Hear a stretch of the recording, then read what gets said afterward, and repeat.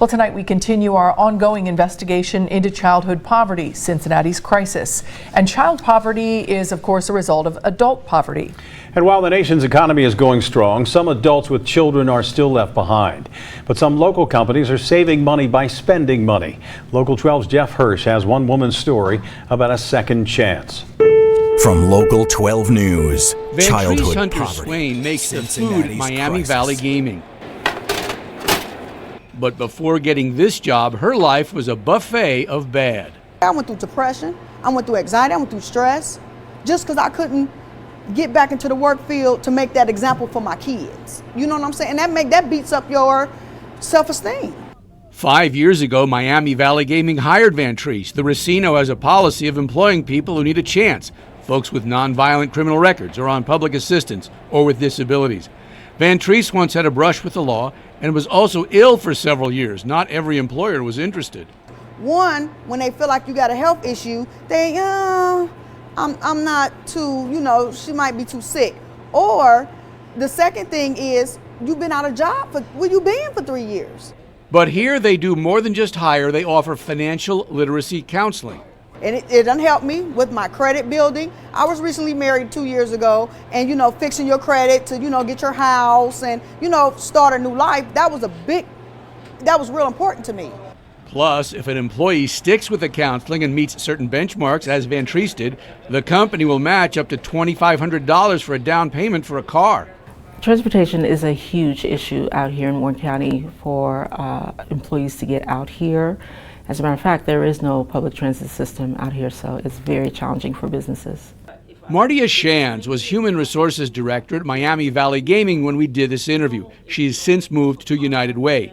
Miami Valley Gaming is part of the Employer Roundtable, a project of Mayor John Cranley's Child Poverty Collaborative. About 35 employers share best practices.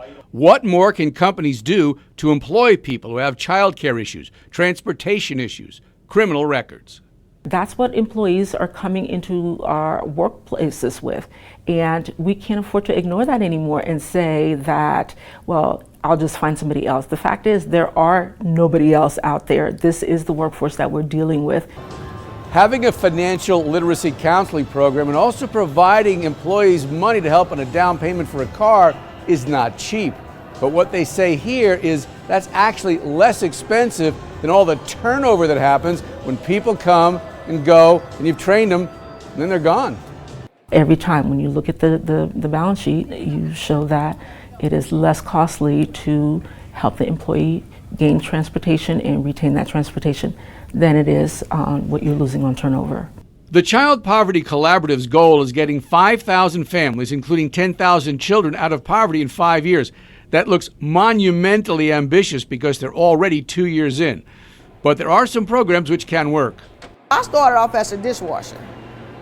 2-3 months later, I was a cook, then a supervisor. Now a cook too. So you don't do nothing but climb up with no judgment. Well, some judgment. It's just an example for my kids so they know that, this is what mommy does. And just to make it as an adult, and in life, you have to work, and you have to work full time. Jeff Hirsch, Local 12 News. Despite good intentions and some successes, there are still unanswered questions about the Child Poverty Collaborative. Namely, how many people have actually been hired as a result of programs like the Roundtable, and even larger, how much progress has been made toward the overall poverty reduction goal of 5,000 families and 10,000 children. The Collaborative's executive director recently suggested those numbers may not be met. We plan to talk with Karen Bankston about that as soon as she's available.